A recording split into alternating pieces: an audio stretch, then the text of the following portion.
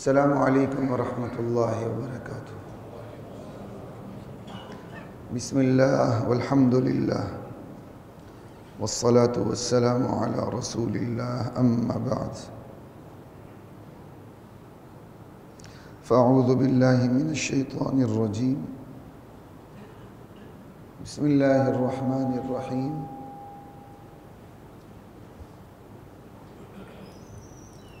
الف لام میم را تلک آیات الکتاب والذی انزل الیک من ربک الحق ولکن اکثر الناس لا یؤمنون۔ 13واں سپارہ ہے جی، سورۃ الرعد۔ انشاءاللہ اس کے ابتدائی 2 رکوع بیان کرنے کی کوشش کروں گا، اللہ تعالیٰ نے چاہا۔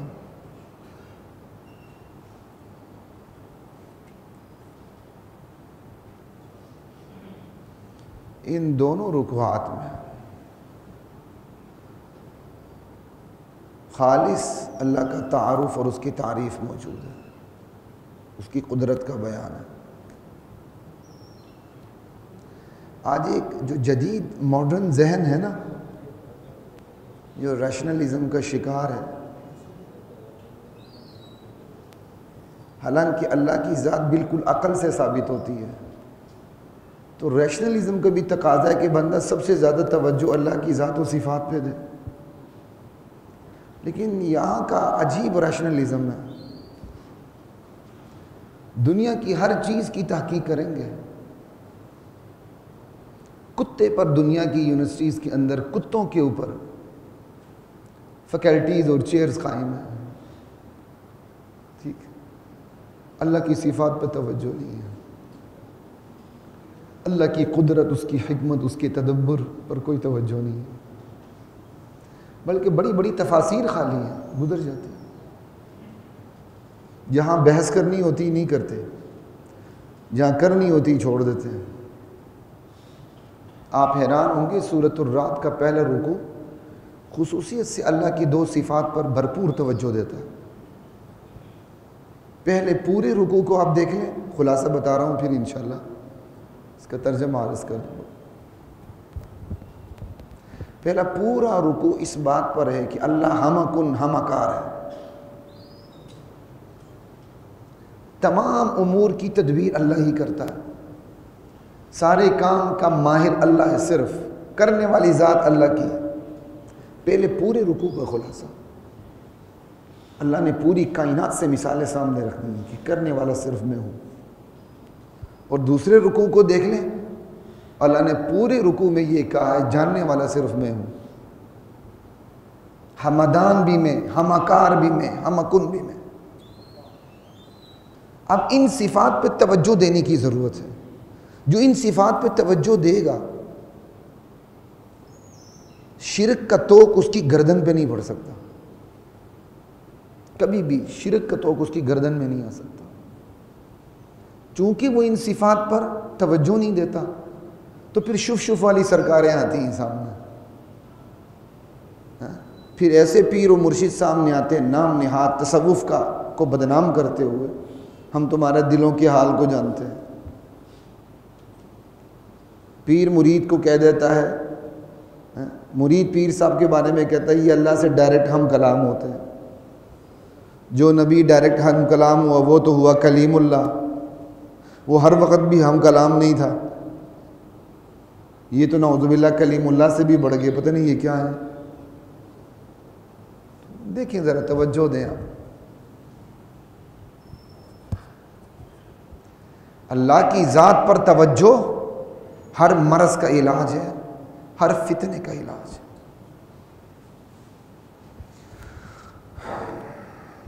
بس طبیعت بھی کچھ ایسی ہی، کیا کروں، بچے بیمار، ان کا علاج کرواتے کرواتے خود بیمار۔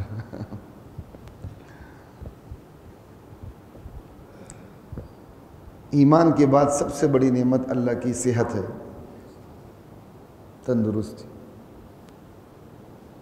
الف لام میم را تلک آیات الکتاب یہ کتاب الہی کی آیات ہیں، کیا شان ہے، سمجھے؟ کس شان سے اللہ اپنی کتاب کا تعارف کروا رہے ہیں، یہ میری کتاب کی آیات ہے، تلک آیات الکتاب والذی انزل الیک من ربک الحق۔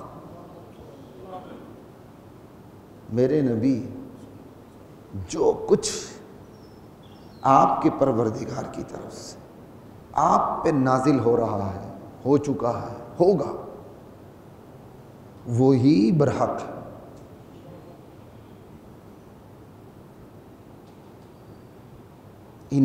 انسان تب تک رہتا ہے جب تک اوپر سے نازل ہونے والے وحی کی اتباع کرے، اور جب اوپر سے نازل ہونے والی وحی کی حدود سے خود کو چھڑا لیتا ہے تو وہ اتنا بے لگام ہو جاتا ہے، خود عقل کے نام پر وہ عقل کو اس طرح کھو دیتا ہے جس طرح آج کی مغربی دنیا کھو چکی ہے۔ آپ تو کہہ رہے ہیں وہاں بڑی بڑی چیزیں بن رہی ہیں، جی ہاں بڑی بڑی چیزیں بن رہی ہیں، انسان کتے بن رہے ہیں، دیکھا آپ نے سوشل میڈیا پہ یہ دیکھا، یہ ویڈیوز دیکھی ہیں آپ نے؟ وہاں باقاعدہ انسان کتے بن رہے ہیں جن کو دوسرا انسان سنگلیاں باندھ کے ساتھ لے جا رہا ہے، اور باقاعدہ وہ وم کرتی ہیں، پتہ نہیں ان کا نام ہیومن ڈاگ ہوگا، پتہ نہیں کیا ہوگا۔ انسان کتے بنے ہوئے ہیں، انسان چڑیا گھروں میں رہتے ہیں، کہتے ہیں جی ہم نیچرل لائف گزار رہے ہیں، ننگ دڑنگ الف کی طرح ننگے، جس طرح پنجروں میں رہتے ہیں جانور اس طرح رہتے ہیں۔ دنیا کے ماہرین معیشت کو بحال رکھنے کے لیے مشورے دے رہے ہیں کہ ایک کیا کہتے ہیں، ایک عورت کے ساتھ کئی مرد ایک ساتھ شادیاں کریں، معیشت سنبھل جائے گی۔ یہ چند ایک مثالیں دے رہا ہوں، میں نے 2 رکوع پہ جانا ہے، بس اس آیت کو اتنا ہی سمجھ لیں، جو کچھ اوپر سے نازل ہو رہا ہے میرے نبی آپ کے سینے پر وہی برحق ہے، اس کے علاوہ جو کچھ ہے وہ حرف غلط سے بڑھ کر غلط ہے۔ ہائے کاش ہمیں یقین ہو جائے۔ آگے اللہ یہی فرماتے ہیں وَلَكِنَّ أَكْثَرَ النَّاسِ لَا يُؤْمِنُونَ، لیکن لوگوں کی اکثریت، لوگوں کی جمہوریت اس حق پر ایمان نہیں لاتی۔ اکثریت کہا، اس لیے اسلام کو تولنے کا پیمانہ اکثریت نہیں ہے۔ اسلام کو اکثریت پہ تولیں گے اور اکثریت کو پیمانہ قرار دیں گے تو اسلام تو آپ کے نزدیک ہار جائے گا۔ ہم کتنے ڈنگر بنے ہوئے ہیں، اس لیے کبھی جمہوریت کا کلمہ نہ پڑھیں۔ مولوی صاحبان بھی پڑھتے ہیں جمہوریت کا کلمہ، یہ علماء حضرات جو اس میدان سیاست میں اس لیے انہوں نے قدم رکھا تھا، رکھنا چاہیے، میں اس کا قائل ہوں۔ احون البلیتین، جانا بھی مصیبت سے خالی نہیں، نہ جانا بھی مصیبت سے خالی نہیں، لیکن نہ جانا زیادہ بڑی مصیبت ہے، جانا چھوٹی مصیبت ہے، یہ آپ کو پتہ ہونا چاہیے۔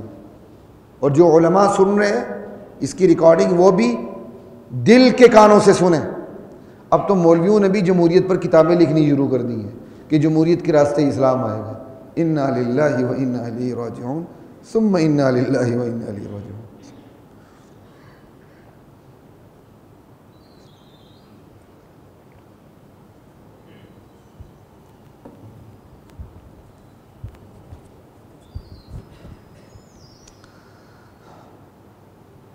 کہ اکثریت ایمان نہیں لاتی۔ حقانیت کو تولنے کا پیمانہ اکثریت نہیں ہے، قرآن کریم ہے۔ ورنہ نبی صلی اللہ علیہ وسلم تشریف لائے تو اکیلے تھے، پوری دنیا ایک طرف تھے، اکیلے نبی کیوں نہیں سمجھ آتی؟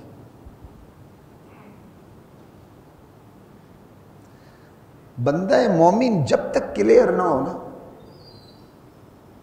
اس کا جو موقف ہے دو ٹوک نہ ہو، وہ منافق ہوتا ہے۔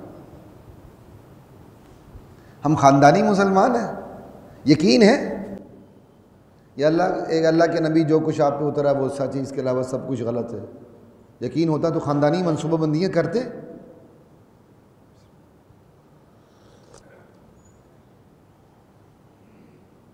اداروں کو بھی انوالو کرتے ہیں، جن کا کام فیصلے کرنا ہے ان سے خاندانی منصوبہ بندی پر کانفرنسیں کرواتے ہیں، پھر مولوی صاحب کو بھی بلاتے ہیں،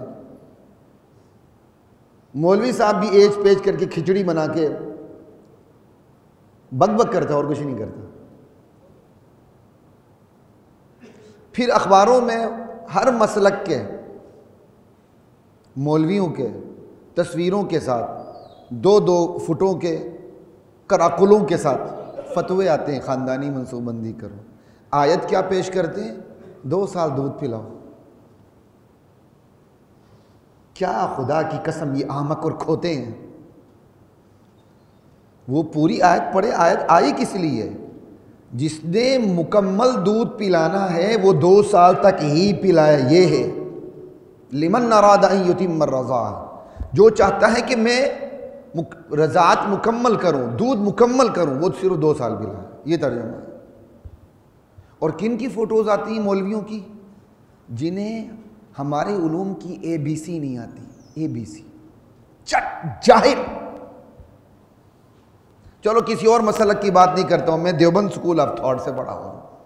میرے دیوبند سکول آف تھاٹ کی جو 2 گز کے کراکولے کے ساتھ، طاہر صاحب آپ جانتے ہیں، آپ کے محکمے کا بندہ ہے، میرا شاگرد ہے، ٹھیک ہے، 2 گز کراکولے کے ساتھ تصویر آتی خاندانی منصوبہ بندی کے اوپر، جٹ جاہل بندہ۔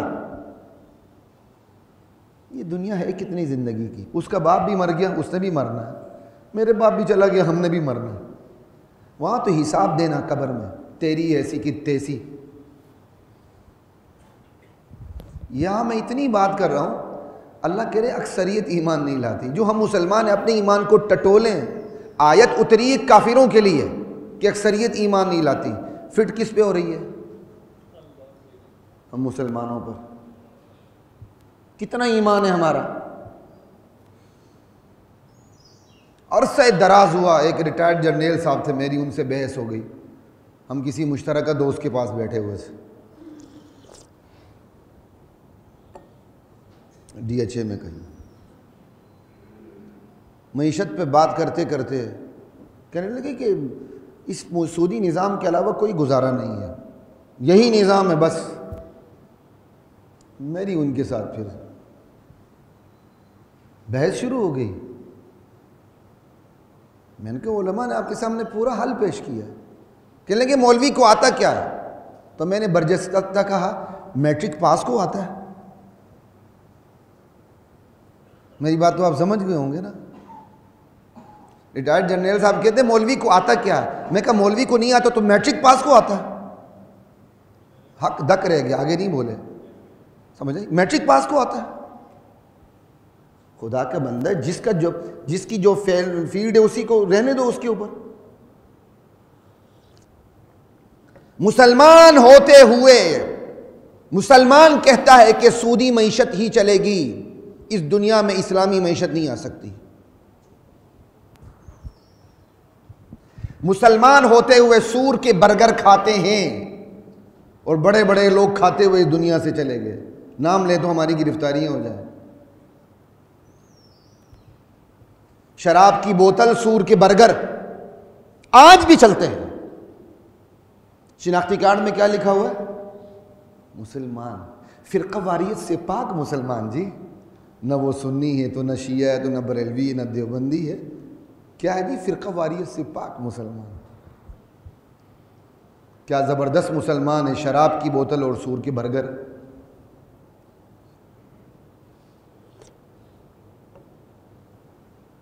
انا للہ و انا الیہ راجعون۔ یہ ہیں مسلمان جنہیں دیکھ کے شرمائے یہود۔ ایک بہت بڑی ریٹائرڈ اب شخصیت ریٹائر ہو چکی، اس نے کہا شراب سوشل ڈرنک ہے۔ اب میری باتیں جن مجلسوں میں بیٹھتے ہیں ان تک بھی پہنچائی دی جاتی ہیں، بدگمانی تو نہیں کرتا لیکن بے اختیار دل میں بدگمانی آتی کہ یہاں بھی ایسے لوگ ہیں جو میری باتیں وہاں پہنچاتے ہیں جہاں سے مجھے باتیں بھی ملتی ہیں، کیونکہ میں نے ایک دو دفعہ نوٹ کیا، انہوں نے کہا جی کہیں آپ ممبر پر بیان نہ کر دینا، تو میں یہاں سے وہاں باتیں پہنچانے والوں کو کہتا ہوں کہ بدگمانی کی سزا آپ کو مل کے رہے گی۔ میں اس ممبر پر بغیر نام لیے کوئی مثال دیتا ہوں تو آپ لوگوں کو چکنا کرنے کے لیے دیتا ہوں، آپ لوگوں کو سمجھانے کے لیے کہتا ہوں، ورنہ ضیاء الحق کے دور سے پہلے تو یہاں شراب کس طرح چلتی تھی؟ ملک کا وزیر اعظم کہتا تھا 18 گھنٹے کام کرتا ہوں، تھوڑی سی پی لیتا ہوں۔ آج جرأت ہے کسی کی؟ نامی گرامی ڈرنکر بھی آ کے کہہ سکتا ہے کہ میں شراب پیتا ہوں؟ یار کسی کی کوئی کنٹریبیوشن اتنی تو مان لے نا۔ جمہوریت کو اتنا گناہ بنا لیا کہ آپ نے، جمہوریت کو اتنا بڑا ثواب بنا لیا کہ آپ نے ڈکٹیٹرشپ کی گناہ کبیرہ سمجھ لیا۔ نہ جائے ان جمہوریتوں کے پیچھے، جمہوری بندہ آئے یا ڈکٹیٹر آئے، اچھا کام کرے سراہیں اس کو۔ آج ضیاء الحق کے نام کوئی گالی بنا دیا گیا، ایوب خان کی پھر بھی تعریف ہوتی ہے، کس بات پر؟ ڈیم بنائے، حالانکہ اس کی بے دینی بھی مسلم تھی۔ آپ کے یہ فیملی لاز ہیں، کافرانہ فیملی لاز، یہ اس کے دور کے بنے ہوئے ہیں۔ اس نے چونکہ تھوڑا سا دنیا کا کام کیا، ایوب خان کی تعریف ہوتی ہے، اور ضیاء نے جو بڑے بڑے کام کیے چونکہ وہ اسلامی تھے لہٰذا اس کی تعریف ہی نہیں ہوتی۔ پھر اس ملک کے دو بڑے طبقے ویسے ہی اس کے مخالف ہیں، ہمیں پتہ ہے، انہوں نے شور بھی اتنا کیا ہوا ہے۔ بھائی ہزار مخالفت کرے، ہمیں اس کی پرواہ نہیں، لیکن جو اس کی کنٹریبیوشن ہے، قرارداد مقاصد کو اٹھا کے آرٹیکل بنا دینا، اس کا کوئی مقابلہ ہے؟ اس کی جو کنٹریبیوشن ہے کہ ہر سوسائٹی میں قانوناً مسجد ہوگی، اس کا کوئی مقابلہ ہے؟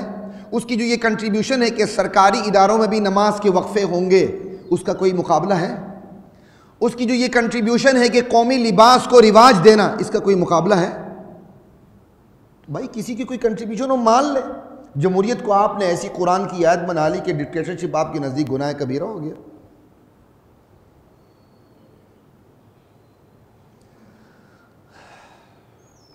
میں ضیاء پارٹی کا نہیں ہوں، مجھے کسی ضیاء پارٹی کا نہ سمجھ لینا،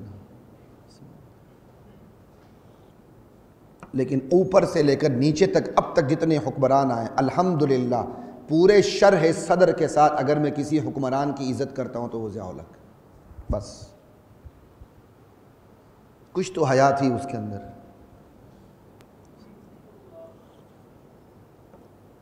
ورنہ یہاں کیا کچھ نہیں ہوا۔ 1935 کا ایکٹ کس نے کھیلا اس ملک میں؟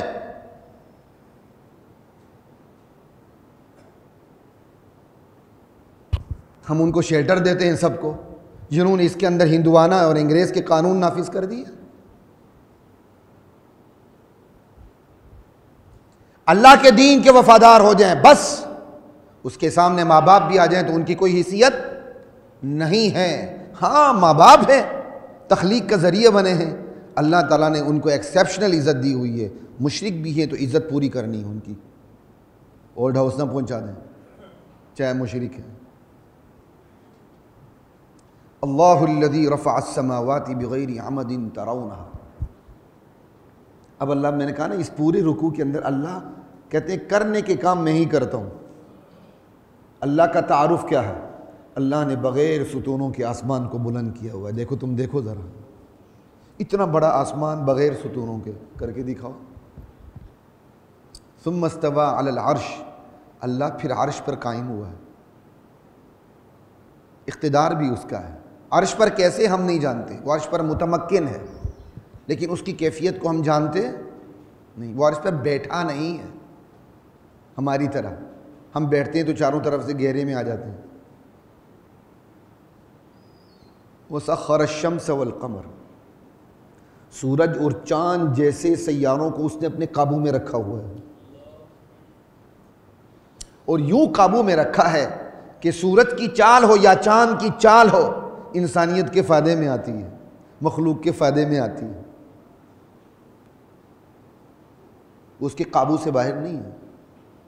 کل یجری لاجل مسمى، سورج ہو کہ چاند ہو اپنے مدار میں چلتے جا رہے ہیں۔ چاند 1 ماہ میں مدار مکمل کرتا ہے، سورج سال میں کرتا ہے، چلتے جا رہے ہیں قیامت تک۔ اللہ نے جس کام پہ ان کو لگایا ہوا ہے اس کام پہ لگے ہوئے ہیں، بس جو اللہ نے ان کی رفتار مقرر کر دی اسی رفتار کے اوپر ہے، اسی چال کے اوپر ہے۔ یدبر الامر، پورے عالم کی کائنات کی کے امور کی تدبیر وہی کرتا ہے۔ یفصل الآیات، اپنے نشانات قدرت کا پتہ بھی وہی دیتا ہے۔ کائنات کا ایک ایک ذرہ اس پہ غور کیا جائے تو وہ رب کی قدرت کا پتہ دیتا ہے۔ ففی کل شیء لہ آیۃ تدل علی انہ واحد، ایک عربی شاعر نے کہا ہر چیز کو اٹھا کے دیکھ لو اس میں نشانی موجود ہے۔ نشانی کس چیز کی؟ نشانی اس چیز کی بنانے والے نے یہ بنائی ہے، اور بنانے والا بھی اکیلا ہے، وحدہ لا شریک ہے۔ پھر وہ اپنے آیات کی، کتابوں کی بھی، تورات کی، انجیل کی، زبور کی، پھر آخر میں پورے کتابوں کا نچوڑ قرآن کی، اس کی وضاحت بھی کرتا ہے۔ اس کے اندر اس نے فلسفیانہ موشگافی نہیں رکھی۔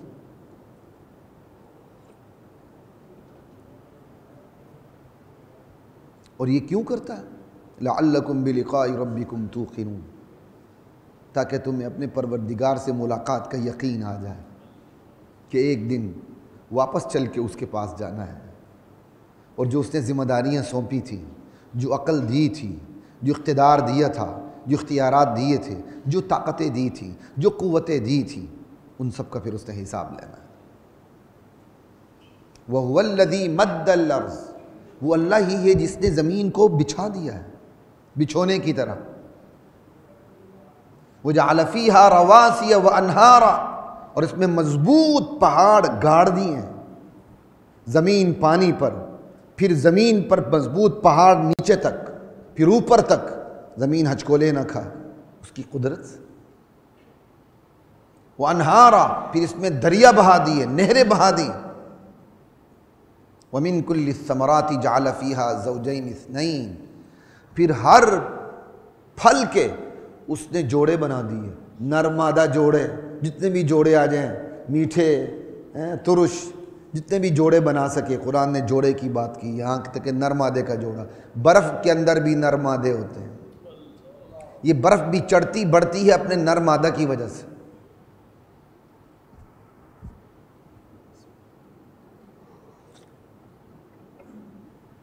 یغشی اللیل النہار، وہ پھر کیا کرتا ہے؟ رات کو دن پر ڈھانکنے کے لیے استعمال کرتا ہے، رات کو دن پر ڈھانپ دیتا ہے۔ صرف ایک کا ذکر ہے، کیوں؟ دوسری بات خود ہی سمجھ آ رہی، پھر دن کو رات پہ ڈھانپ دیتا ہے۔ ان فی ذلک لآیات لقوم یتفکرون، ان خدا کی ان قدرتوں میں نشانیاں ہیں ان لوگوں کے لیے جو غور و فکر سے کام لیتے ہیں۔ وفی الارض قطع متجاورات، زمین کو دیکھ لو، زمین کے مختلف ٹکڑے ہوتے ہیں، باہم آپس میں ملے ہوئے ہوتے ہیں، مختلف ٹکڑے ہوتے ہیں، کوئی نرم زمین، کوئی شور زمین، کوئی زرخیز زمین، کوئی کیسی کوئی کیسی۔ وجنات من اعناب، انگور کے باغات ہوتے ہیں، وزرع، مختلف قسم کی کھیتیاں ہوتی ہیں، ونخیل صنوان وغیر الصنوان، کھجور کے درخت ہوتے ہیں، وہ بھی ایسے کہ ایک تنے سے اوپر جا کے دو دو تنے نکل رہے ہوتے ہیں، کسی کا صرف ایک ہی تنا ہوتا ہے، کوئی اکہرے کوئی دوہرے۔ یسقا بماء واحد، ان تمام باغات کو، کھیتیوں کو، پھلوں کو ایک ہی پانی لگتا ہے جو اوپر سے گرتا ہے۔ وَنُفَضِّلُ بَعْضَهَا عَلَى بَعْضٍ فِي الْأُكُلِ، لیکن وہ پانی جو اوپر سے گر کے زمین کے سینے میں جذب ہوتا ہے، وہی پانی جب زمین سے پیداوار کو لے کر اٹھتا ہے تو کوئی پیداوار کالی ہوتی ہے، کوئی سفید ہوتی ہے، کوئی لال ہوتی ہے، کوئی سرخ ہوتی ہے، کوئی نیلی پیلی ہوتی ہے، کوئی بد ذائقہ ہوتی ہے، کوئی ذائقہ دار ہوتی ہے، کسی کی پیداوار زیادہ ہوتی ہے، کسی کی کم ہوتی ہے، کسی کا ذائقہ زیادہ ہوتا ہے، کسی کا کم ہوتا ہے۔ اللہ پیداوار میں بھی، ذائقوں میں بھی ایک کو دوسرے پر برتری دیتے رہتے، پانی ایک جیسا لیکن نتیجہ مختلف۔ اختلاف کتنا ہے، زمین کے ٹکڑے ملے ہوتے ہیں اور ٹکڑے مختلف قسم کے ہوتے ہیں، لیکن پیداوار کیسی آ رہی ہوتی ہے؟ اللہ اکبر، مختلف ٹکڑے، ایک پانی، ایک ہی دھوپ، ایک ہی چاندنی، نتائج کتنے پھر مختلف ہوتے چلے جاتے ہیں۔ ان فی ذلک لآیات لقوم یعقلون، ان تمام خدائی تدبیروں میں نشانیاں ہیں اس تک پہنچنے کی، لیکن کن کے لیے؟ جو عقل رکھتے ہیں۔ اور عقل کا تعلق ہمارا ادھر ہی جاتا ہے ذہن، عقل ادھر بھی ہے، ادھر دونوں، اس عقل کو یہ عقل کنٹرول کرتی ہے۔ یہ ایک مستقل موضوع ہے، سائنس پہنچ چکی ہے اس پر۔ کل جب کھل کھلا کے باچھے پھیلا کے سائنس بات کرے گی تو سب کہیں گے ہاں قرآن میں 1400 سال پہلے آیا تھا، آج ہم بات کر رہے ہیں تو لوگ حیران ہوتے ہیں۔ ہمارے ایک ٹیچر تھے، ہم پی ایچ ڈی میں پڑھتے ہوئے، کہنے لگے دل صرف پمپنگ کا کام کرتا ہے، یہ سوچ کا کہاں کام کرتا ہے۔ ہمارے دوسرے ٹیچر ہیں، انہوں نے باقاعدہ سائنسی حوالوں سے کہا دل سوچ کا بھی کام کرتا ہے، نہ ہمیں اس کی ضرورت نہ ہمیں اس کی ضرورت، ہم تو قرآن کریم کو دیکھتے ہیں، احادیث کو دیکھتے ہیں۔ اللہ تعالیٰ جس کنٹرولر کی بات کرتا ہے اس دل کنٹرول کی بات کرتا ہے، یہ اصل کنٹرولر دل ہے۔ انبیاء دلوں پر محنت کرنے آئے تھے۔ عقل کا تعلق دل دماغ دونوں سے، لیکن کنٹرول دل کرتا ہے۔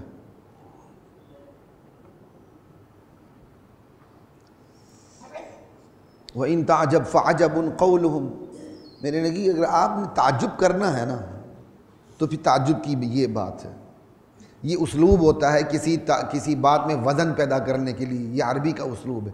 میرے نبی اگر آپ تعجب کی بات سننا چاہتے ہیں تو یہ سنیں، خدا کی اس قدرت کو نظر انداز کرتے ہوئے آپ کے معاشرے کے لوگ کہتے ہیں اَإِذَا كُنَّا تُرَابًا، جب ہم مٹی میں رل مل جائیں گے، اِنَّا لَفِي خَلْقٍ جَدِيدٍ، ایک نئی تخلیق ہمیں پھر ملے گی، ہم دوبارہ زندہ ہوں گے۔ یہ عقل سے بعید سمجھتے ہیں۔ اولئک الذین کفروا بربہم، یہی وہ لوگ ہیں جو اپنے پروردگار کی قدرتوں کا انکار کر بیٹھے ہیں۔ وَأُولَئِكَ الْأَغْلَالُ فِي أَعْنَاقِهِمْ، یہی وہ لوگ ہیں جن کی گردنوں میں اپنے سماج کی سوچ کے توق ہیں، کفر شرک کے توق ہیں، یہ توق ان کی گردن میں پڑے ہوئے ہیں اور ان کو صحیح سوچنے کا موقع نہیں دیتے۔ یہ توق بندہ سمجھتا میں بڑا آزاد ہوں، میں بڑا ریشنلسٹ ہوں۔ جب بندہ خدا کے در کو چھوڑتا ہے نا، پھر وہ اپنے سماج کے اندر ہی جو توق ہوتے ہیں ان کو اپنی گردن میں ڈالے رکھتا ہے۔ وہ کہتا نہیں میری تو بڑی جدید سوچ ہے، وکھری سوچ ہے۔ یہ وکھری سوچ بھی سماج کا ایک توق ہے، فیشن ہے۔ لا الہ الا اللہ، وکھری بات کرنا، یہ مولویوں کو بھی بڑا شوق ہوتا ہے۔ ایک مولوی صاحب 30-40 سال سے ان کو یہی شوق ہے، وکھری بات کرنا، ان کو شوق ہے۔ چند دن پہلے انہوں نے ڈکوسلا مارا ہے کہ قیامت آنے سے 30 سال پہلے بچے پیدا ہونے بند ہو جائیں گے۔ 30 سال کا یا 20 سال، یہ ڈکوسلا مارا ہے انہوں نے۔ تو بعض مولویوں کو ڈکوسلے مارنے کا بڑا شوق ہوتا ہے۔ کیوں؟ جب سماج اس ڈکوسلے کو سنتا ہے نا تو جو احمق قسم کے لوگ ہوتے ہیں، ہاں یہ ہے مولوی، دیکھو آج تک ہم نے تو یہ کسی عالم سے بات ہی نہیں سنی تھی، اس کی اسٹڈی دیکھیں، اس کا مطالعہ دیکھیں، اس کا حافظہ دیکھیں۔ ہاں جی ماشاءاللہ بڑا حافظہ ہے، دنیا کی تمام من گڑت حدیثیں اسی کی کمپنی سے تیار ہوتی ہیں۔ اتنا بڑا فتنہ کہ کوئی بندہ من گڑت حدیث بیان کرے تو پتہ چل جاتا ہے کہ یہ من گڑت حدیث کس کتاب میں ہے۔ اس کتاب میں مینشن ہوتا ہے کہ لوگ اس کو بیان کرتے ہیں لیکن یہ من گڑت ہے، یہ لکھا ہوتا ہے۔ لیکن ایک مولوی صاحب وہ من گڑت حدیثیں بیان کرتے ہیں کہ آپ کی پوری زندگی لگ جائے آپ اس کو تلاش کریں وہ نہیں ملے گی۔ تو اس کا صاف مطلب یہ ان کی کمپنی کی تیار شدہ حدیث ہے۔ کل رات مجھے فون آیا ایک بندے کا، جی پوڈ کاسٹ کہتے ہیں، وہ کرنی جے وہ یہ بسا اوقات فون کرنے والے بھی نا، کوئی سن رہا ہو تو مجھے کوئی پرواہ نہیں ہے، وہ کہے گا جی مولوی صاحب نے یہ کیا کر دیا، مفتی صاحب نے کیا کر دیا، ہماری بات لیک کر دی۔ وہ پوڈ کاسٹ، جی وہ پوڈ کاسٹ کرنی ہے تو ہم نے بلوچستان جانا ہے تو میں ابھی آنا چاہتا ہوں۔ میں نے کہا نہیں بھائی، ہم ان جمعہ پڑھانے والوں سے نہیں جو سو کے اٹھ کے ہاتھ منہ دھو کے ممبر پہ بیٹھ جائے. ہم مطالعہ کرنے والوں میں سے ٹائم نہیں ہے. اگر آپ نے پوڈ کاسٹ کرنی ہے نیکسٹ ویک میں آپ کو ٹائم ملے گا, اس سے پہلے نہیں. کہتے ہیں فلاں مولوی صاحب نے ٹرانسپلانٹ کرا ہے, اس پہ بات کرنی ہے. میں کہا کسی مردے میں زندگی ڈالنے کے لیے تیار ہی نہیں ہوں. ویسے ٹرانسپلانٹ کا مسئلہ پوچھنا ہے تو بات ہوگی, کسی مولوی صاحب کا نام لے کے بات ہوگی, میں بات کرنے کے لیے تیار نہیں ہوں. بھائی ٹرانسپلانٹ کا تعلق مولوی صاحب کی ٹینٹ سے تھوڑی ہے کہ کوئی مولوی صاحب اپنے ٹرانسپلانٹ کرا رہا ہے تو میں اس کی تصویر لگا کے جی یہ دیکھو. عجیب بات ہے بھائی. یہ پوڈ کاسٹ والے بھی عجیب ہے. یہی بتوں کی پوجا ہے. یہ بس وکھری بات کرو. یہ وکھری بات کرنا یہ کافروں کا شیوا تھا, وکھری بات پہ چلنا. اور خدا کے نبیوں نے ہمیشہ کہا ہم کوئی وکھری بات نہیں کرتے, ہم وہی بات کریں جو ازل سے سچائی آ رہی ہے, تمام انبیاء نے کی ہے. ہم کوئی وکھری بات نہیں کرتے. لا الہ الا اللہ. وَأُولَئِكَ الْأَغْلَالُ فِي أَعْنَاقِهِمْ وَأُولَئِكَ أَصْحَابُ النَّارِ هُمْ فِيهَا خَالِدُونَ. یہی وہ لوگ ہیں جو خدائی قدرتوں کو دیکھنے کے باوجود انکار کرتے ہیں, مرنے کے بعد جی اٹھنے کے منکر ہیں. یہی لوگ ہمیشہ کے لیے جہنم میں رہیں گے. اور وہ لوگ کہتے تھے اگر یہ عذاب کا وعدہ اتنا ہی سچا ہے نا, ہم نہیں مان رہے نا, نہیں مانتے, لاؤ عذاب. کہتے تھے. اللہ یہی کہہ رہے ہیں وَيَسْتَعْجِلُونَكَ بِالسَّيِّئَةِ قَبْلَ الْحَسَنَةِ. یہ لوگ بلائی سے پہلے, راحت اور نعمت سے پہلے عذاب مانگ رہے ہیں, عذاب کا مطالبہ کر رہے ہیں. وَقَدْ خَلَتْ مِن قَبْلِهِمُ الْمَثُلَاتِ.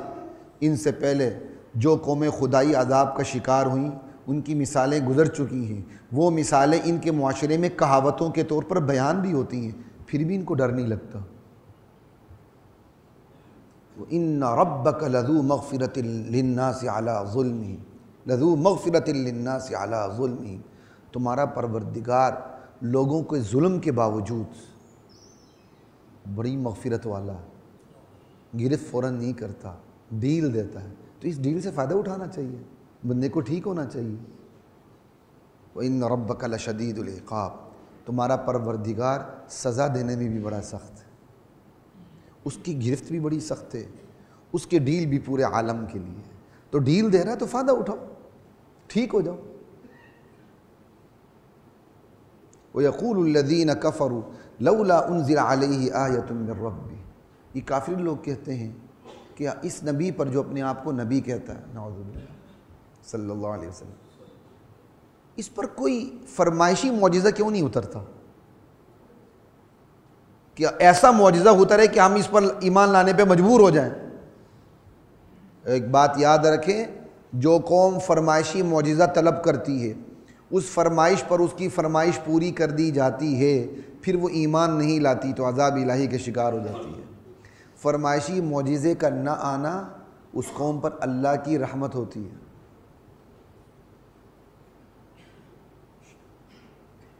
قوم سمود نے فرمائشی معجزہ مانگا کہ اس چٹان شق ہو جائے, حاملہ اٹھنی نکل آئے, ہو گیا, نہیں مانی, غرق کر دی گئی. غرق کیا, تباہ و برباد کر دی گئی. لا الہ الا اللہ. یہ فرمائشی معجزے مانگتے ہیں. میرے نبی کہتے ہیں میرے کام معجزے پر معجزہ پیش کرنا نہیں ہے, انما انت منذر, میرا کام تو تمہیں ڈرانا ہے. گزشتہ جمعے بھی بتا چکا تھا, نبی نذیر بھی ہوتا ہے, بشیر بھی ہوتا ہے, لیکن اس کا نذیر ہونا بشیر ہونے سے مقدم ہوتا ہے, کیونکہ جہنم, جنت ملے نہ ملے, جہنم سے چھٹکارا ملے کامیابی ہے. اور چونکہ پیچھے وہ انکار کر رہے ہیں اور پھر نبی کا نذیر ہونا مقدم ہے, اس لیے یہاں صرف نذیر ہونے کا ذکر ہے. انما انت منذر, میرے نبی آپ کا منصب تو ڈرانا ہے. وَلِكُلِّ قَوْمٍ ہاد, ہم نے ہر قوم کے لیے ہادی بھیجے ہیں. نبی یا نبی کا امتی ہادی بن کر ہر قوم میں پہنچا. اب اس پورے رکوع میں اللہ تعالیٰ نے اپنا تعارف یہ کروایا کہ کرنے والا میں ہوں,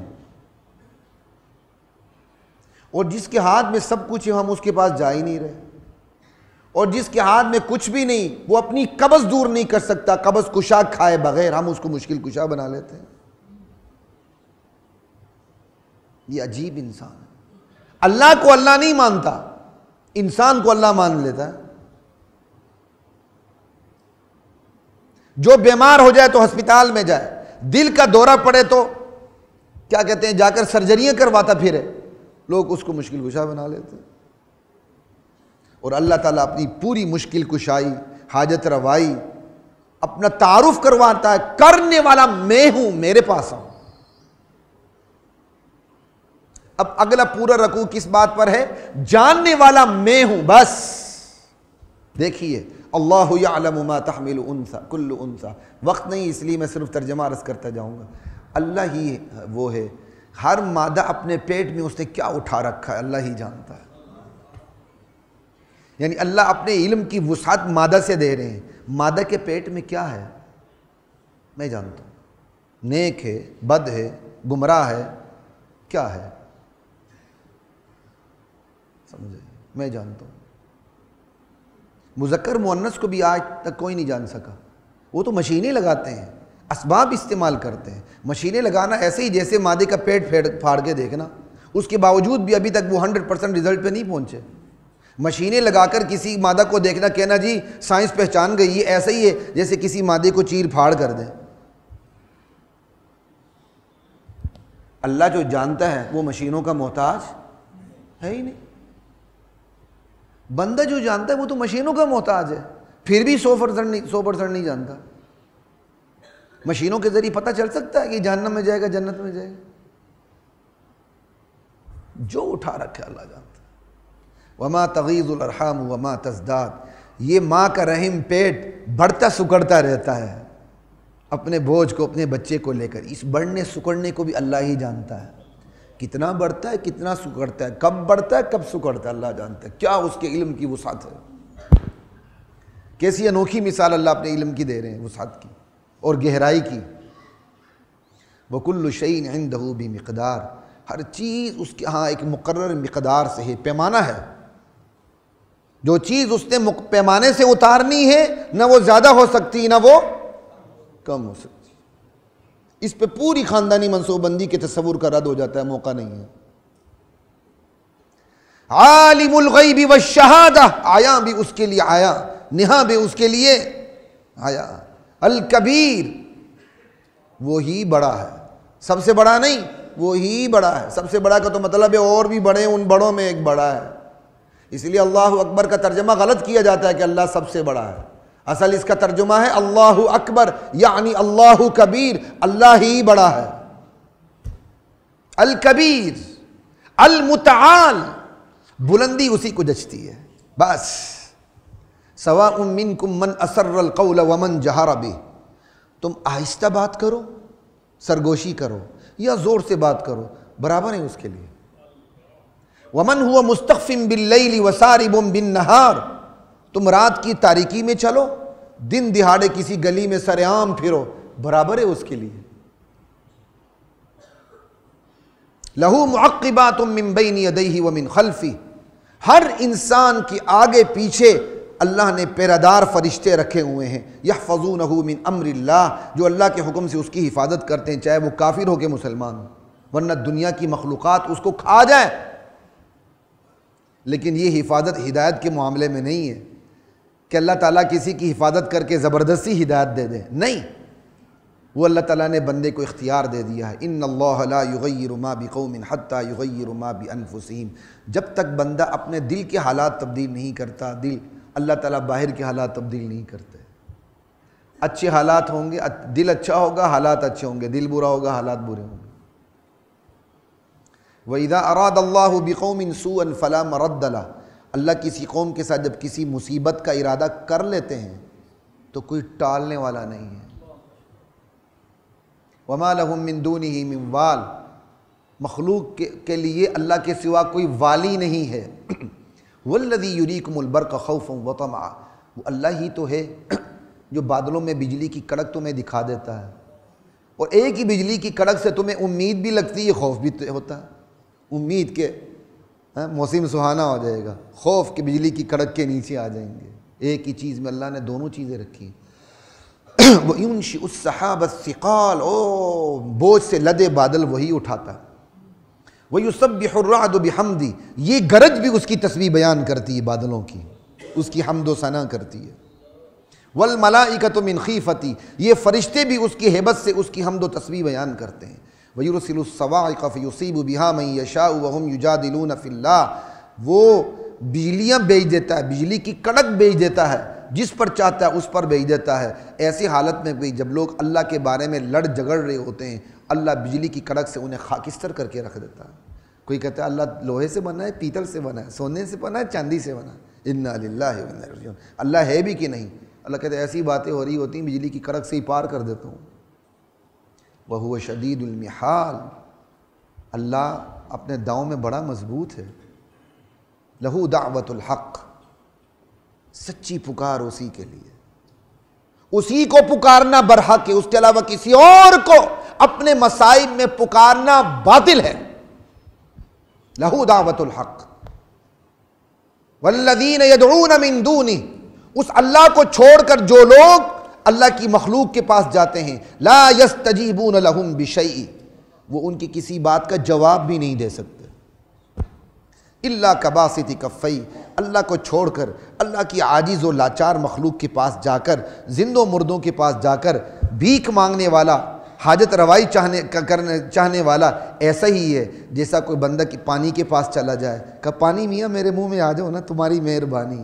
نہ پانی سن سکتا ہے، نہ اس کے منہ میں خود داخل ہو سکتا ہے۔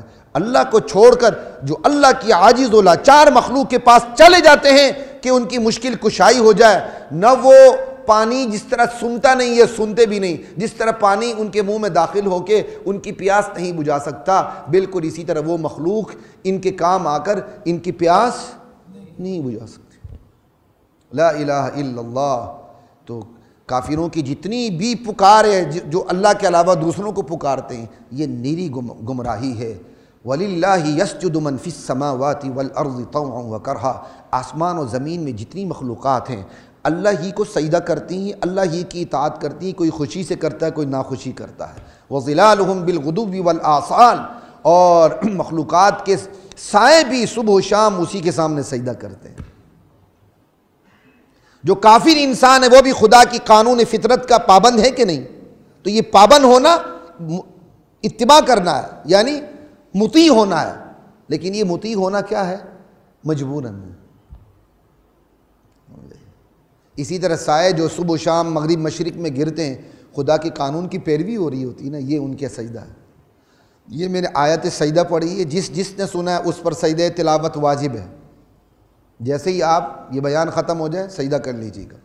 قل من رب، میں ان لوگوں میں سے نہیں ہوں، امام صاحب ڈر گئے آیت سجدہ پڑھا ہی نہیں۔ ایک مسجد میں ایسا ہی ہوا، رمضان کے علاوہ کسی امام صاحب نے آیت سجدہ نماز میں پڑھ لی، بعد میں جو اس کی گت بنائی انتظامیہ والوں نے کہ تم نے آیت سجدہ پڑھ لی نماز میں، انا للہ و انا الیہ راجعون۔ حالانکہ اس کے شکر ادا کرنا چاہیے کہ اس نے میرا بڑا شوق ہے میں جمعے میں آیت سجدہ پڑھوں، لیکن میں یہاں اس لیے نہیں پڑھتا کہ ہماری مسجد چھوٹی ہے، ہمارا مجمع بکھرا ہوا ہے، ٹوٹوں میں ہے، تو میں تو آیت سجدہ کروں گا، یہ لوگ پتہ نہیں کہاں پہنچیں گے، اور کچھ ایسے مجتہد بھی نکل آئیں گے میری نماز کو چھوڑ کے خود آگے بڑھ کے امام بن جائیں گے۔ ایسا ہوا ہے اس مسجد میں بلنڈر، نماز کیا کہتے ہیں، ہم نماز پڑھ رہے ہیں، بجلی چلی گئی، پیچھے انقطاع ہو گیا، ایک صاحب نے آگے بڑھ کے خود ہی امامت شروع کر دی، بعد والوں نے کہا ویل ڈن ماشاءاللہ۔ ایسا اجتہاد ہو تو پھر تو اسلام کا خدا ہی حافظ ہے۔ قل من رب السماوات والارض، میرے نبی کہہ دیں آسمان و زمین کا پروردگار کون ہے؟ ارے اللہ ہی ہے۔ تم نے اللہ کو چھوڑ کر ایسے تم نے اپنے اولیاء کارساز بنا لیے ہیں جو اپنے کو نفع نہیں دے سکتے، خود سے نقصان کو دور نہیں کر سکتے۔ میرے نبی کہہ دیں اندھا بینا برابر ہے؟ میرے نبی آپ بتا دیں کیا اندھیرے اور کیا کہتے ہیں روشنی برابر ہے؟ نہیں۔ میرے نبی یہ اللہ کو چھوڑ کر جن کے پاس گئے ان سے پوچھیں کیا انہوں نے اللہ کی طرح کوئی مخلوق بنائی ہے کہ ان پر اب مشتبہ ہو چکا ہے تخلیق کا معاملہ؟ چونکہ اللہ کے علاوہ بھی اس نے مخلوق بنائی ہے، تو ہم کس کی معبود کی پوجا کریں، عبادت کریں؟ اللہ اکبر۔ اللہ ایک مثال دے رہے ہیں، وقت ختم ہو چکا ہے تو اس مثال کو صرف میں اردو میں ہی بیان کر دیتا ہوں۔ اللہ ایک مثال دیتے ہیں حق و باطل کی۔ بارش برستی ہے، وادیوں میں سیلاب آتا ہے، سیلاب کا پانی زوروں پر ہوتا ہے، لیکن جیسے ہی سیلاب کا پانی آتا ہے سیلاب کے اوپر جاگ آ جاتی ہے، وہ پانی چھپ جاتا ہے، خس و خاشاک اوپر، لیکن ہوتا کیا ہے وہ جو جاگ ہوتی خس و خاشاک وہ سوکھ کے ناکارہ ہو کے تباہ ہو جاتی ہے، جو پانی جو فائدہ دینے والی چیز ہوتی ہے وہ رہ جاتی ہے۔ اسی طرح اللہ کہتے ہیں تم سونے کو زیورات کو تپاتے ہو، زیورات بنانے کے لیے، مختلف چیزیں بنانے کے لیے، جیسے ہی تپاتے ہو وہ زیورات نیچے رہ جاتے ہیں، سونا چاندی نیچے، اوپر اس کی جاگ آ جاتی ہے، لیکن وہ تھوڑی دیر کے لیے آتی ہے، تھوڑی دیر بعد وہ جاگ مر کے ختم ہو جاتی ہے، فائدہ دینے والی چیز سونے چاندی کی شکل میں نیچے رہ جاتی ہے۔ بالکل اسی طرح جب حق کا سمندر ٹھاٹے مارتا ہوا سامنے آتا ہے، حق کی دعوت جب اٹھتی ہے، معاشرے میں کھلبلی مچتی ہے، یہ باطل قوتیں جاگ کی طرح حق کے اوپر آ جاتی ہیں۔ لوگوں کو غلط فہمی ہو جاتی ہے کہ حق مغلوب ہو گیا، باطل غالب ہو گیا، نہیں، وہ تھوڑی دیر کے لیے ہوتا ہے، اللہ امتحان لیتے ہیں، پھر باطل جاگ کی طرح سوکھ کے تباہ و برباد ہو جاتا ہے، حق لوگوں کے لیے مفید بن کر وہیں رہتا ہے۔ وآخر دعوانا الحمدللہ رب العالمین۔ وَلَقَدْ أَنزَلْنَا